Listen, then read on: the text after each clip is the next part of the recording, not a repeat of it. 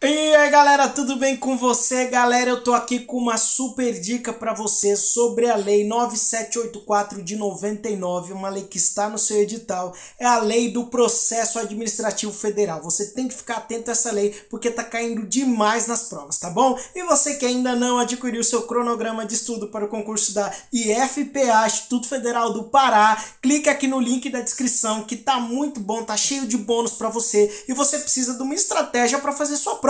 Com base nisso eu criei esse curso para você chegar com uma estratégia e não ficar refém da banca, tá bom, pessoal? Um grande abraço e segue a vinheta aí! Lei do Processo Administrativo Federal. Vamos iniciar essa lei para você ir com tudo para o seu concurso, tá bom? Vamos lá, vamos para o artigo 1º só para você visualizar o conteúdo dessa lei. Ele diz assim: esta lei estabelece normas básicas sobre o processo administrativo no âmbito da administração federal, direta e indireta, visando em especial a proteção dos direitos dos administrados e ao melhor cumprimento dos fins da administração. Então, ela é uma lei federal, uma lei que está no âmbito federal e ela rege o processo administrativo, ela norteia o processo administrativo dos órgãos federais, né, da administração direta e indireta. Mas Ian, quem compõe a administração direta e quem compõe a administração indireta? Eu trouxe isso para você não ficar perdido aí. Vamos lá para a tela. Administração direta. Quem é a administração direta? A União, os estados, o DF e os municípios. União, estado, DF e município fazem parte da administração direta, né? A União, através dos seus ministérios e secretarias, né, fazem parte da administração direta, a Polícia Federal, o Ministério da Educação, tá bom? Os estados fazem parte da administração direta, né, com as suas secretarias também, Distrito Federal e os municípios. Essa é a administração direta. União, estado, DF, município. União, estado, DF, município. Se na sua prova cair isso, você já sabe o que é administração direta. E o que é administração indireta? Vamos ver na tela. A administração indireta é o famoso mnemônico, né? Mnemônico chamado FASE. FASE. Fundação, autarquia, sociedade de economia mista e empresa pública. FASE. Fundação pública, um exemplo, a FUNAI é uma fundação pública. Autarquia, né? Os institutos federais e as universidades federais são autarquias, ou seja, a União, ela queria fornecer esse serviço, ao invés dela fazer ela mesma, ela delega, ela descentraliza, né, a execução desse serviço e a titularidade, ela cria uma autarquia, que é a Universidade Federal da Grande Dourados, o Instituto Federal de Rondônia, a Universidade Federal do Mato Grosso do Sul. Todas as universidades e institutos são autarquias. Se é federal, tá bom? Então, fundação pública, autarquia, sociedade de economia mista, Banco do Brasil é uma sociedade de economia mista, Petrobras é uma sociedade de economia mista. O que é a sociedade de economia mista? É uma parceria entre o capital público e o capital privado, tá bom, pessoal? Então, qual que é a forma de constituir uma sociedade de economia mista? SA, Sociedade Anônima. Então a Sociedade de Economia Mista, ela é formada por uma SA, ela tem ações na Bolsa de Valores, ela é negociada em Bolsa de Valores, tá bom? Sociedade Anônima. 50% do capital mais uma ação, ou seja, a maioria do capital é público, tá bom? E por último, a empresa pública, ela tem 100% do capital público, que é a Caixa Econômica Federal, um exemplo de uma empresa pública, tá bom? Então essa é a administração indireta. Quem é a direta? União, Estado, DF, município. Quem que é a indireta é a FASE. Fundação, autarquia, sociedade de economia mista e empresa pública. Tá bom, pessoal? Então, a administração indireta e direta nós já vimos. Vamos lá para o parágrafo 1º da lei do processo administrativo. Olha o que ele fala nesse parágrafo. Os preceitos desta lei também se aplicam aos órgãos do Poder Legislativo, Judiciário da União, quando no desempenho de sua função administrativa. Então essa lei do processo administrativo federal é uma lei que ela não é exclusiva para o executivo. Ela também se aplica para o legislativo e judiciário. Quando? Apenas nas funções administrativas. Por quê? Vamos lá. Existem 3 poderes: executivo, legislativo e judiciário. O poder legislativo, ele tem uma lei, né, uma regra, que é a regra do processo administrativo, do processo legislativo. O poder judiciário tem as suas normas do processo judiciário.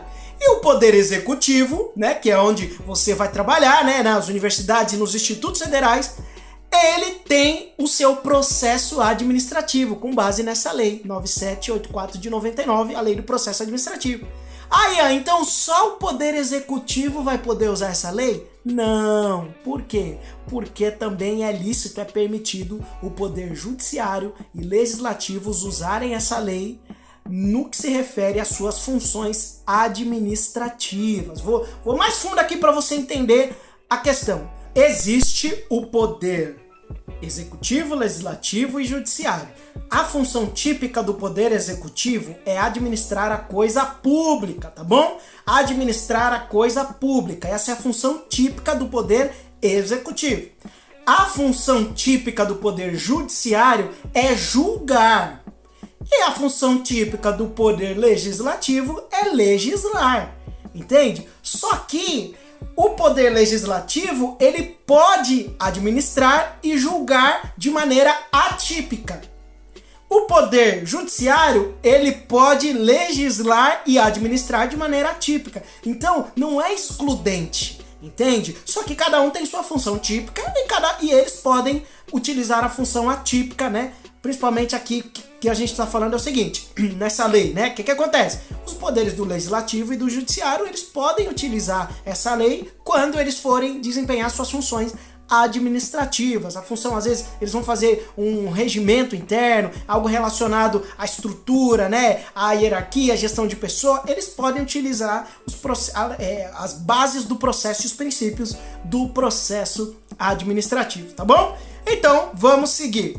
Agora presta muita atenção nesse artigo, nós vamos falar sobre o artigo 2. O artigo 2 é de leitura obrigatória, nós vamos ler aqui, mas você precisa ler essa lei. Você precisa abrir lá na internet, colocar o número da lei e ler, porque eles cobram a literalidade dos artigos, tá bom? Então vamos ler para a tela o artigo 2º, ele diz assim: a administração pública obedecerá, dentre outros, aos princípios da legalidade, finalidade, motivação, razoabilidade, proporcionalidade, moralidade, ampla defesa, contraditório, segurança jurídica, interesse público e eficiência, tá bom, pessoal? Então esses são os princípios que estão expressos na lei. Você precisa decorar isso aí, você precisa olhar isso aí e saber. Se na sua prova cair questão, nós vamos fazer algumas questões, você precisa estar muito atento a isso aí, tá bom?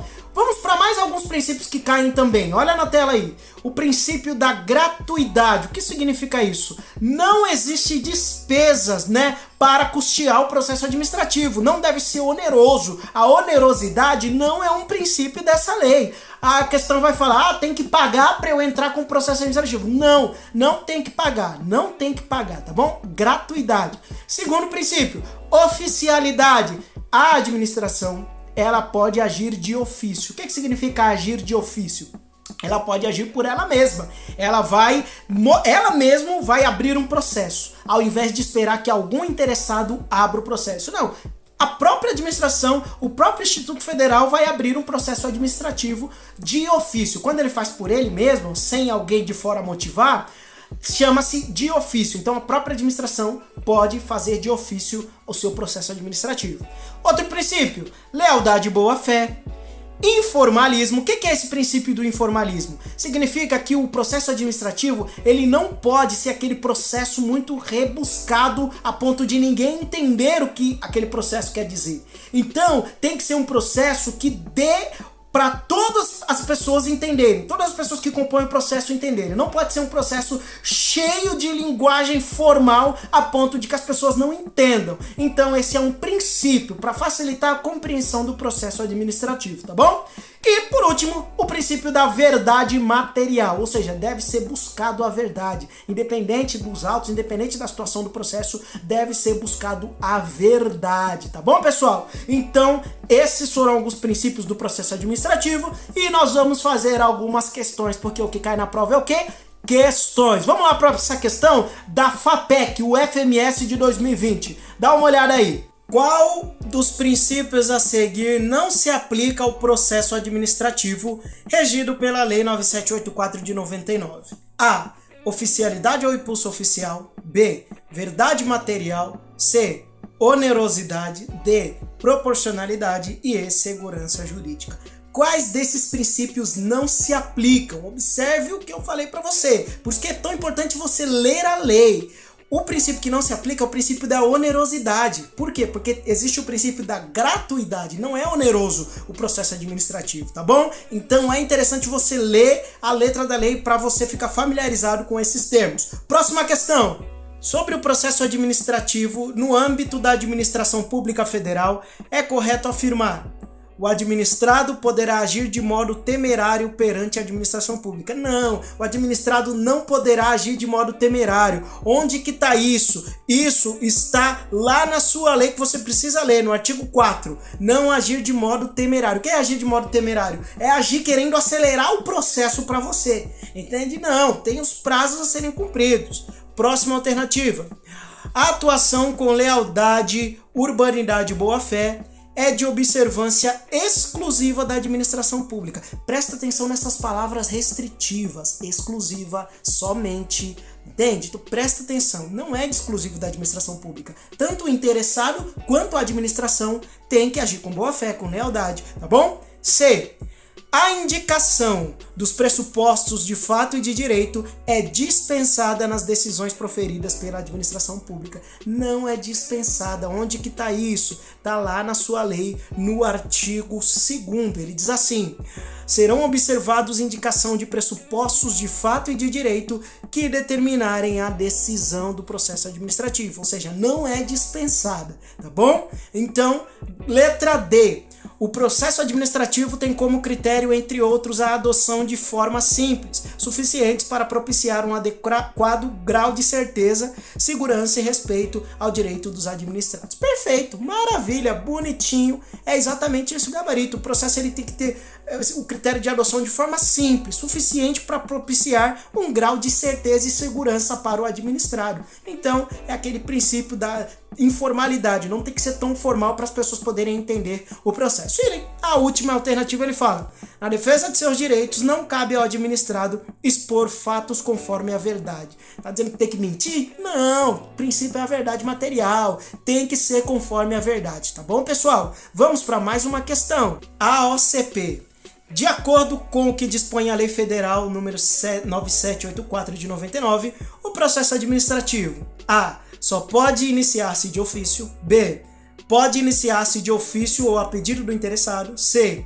Não pode iniciar-se de ofício. D. Será anulável quando ficar demonstrado que iniciou a pedido de interessado, devendo, nesta hipótese, ser convalidado por ofício da autoridade competente. E E. Será nulo sem possibilidade de convalidação quando constado que iniciou a pedido interessado. O que acontece, pessoal? Essa questão ela só veio para complicar, mas presta atenção. O processo ele pode ser iniciado tanto de ofício, pela administração pública, ela mesma motivar, quanto o interessado motivar. Então ele diz na letra B, pode iniciar-se de ofício ou a pedido do interessado. Acabou. Esse é o gabarito, letra B. O resto a banca só coloca uma firula para você cair, tá bom? Então, essas foram as questões do processo administrativo, um tema que cai na sua prova, tá bom? É muito interessante você saber disso e continuar estudando firme. Pessoal, tem algumas dicas finais sobre essa lei que você precisa saber. 2 dicas bem rápidas. Primeiro, no artigo 22, parágrafo 2º, ele diz: salvo imposição legal, o reconhecimento de firma somente será exigido quando houver dúvida na autenticidade autenticidade. Então você não precisa ir no cartório reconhecer firma de todos os seus documentos e apresentar na administração, você não precisa, tá bom? Se a questão vier falando que é necessário, mentira, tá bom? E outra questão que você precisa estar atento é no artigo 51, parágrafo 2, ele fala: a desistência ou a renúncia do interessado, conforme o caso, não prejudica o prosseguimento do processo, se a administração considerar o interesse público assim o exige. Ou seja, se o interessado falar que não quer mais participar do processo, pode arquivar, ele desiste, se a administração entender que é necessário continuar para o bem do interesse público, ela vai continuar, tá bom, pessoal? Esse foi mais um vídeo aqui para você ficar ligado nesse concurso, tá bom? Você que ainda não adquiriu seu cronograma de estudo para o concurso do IFPA, clica no link abaixo porque tem vários bônus sobre leis para você, tá bom? Sobre técnicas de prova e como você estudar para provas e concursos. Isso vai te ajudar demais, vai te diferenciar da concorrência, tá bom, pessoal? Um grande abraço e bons estudos!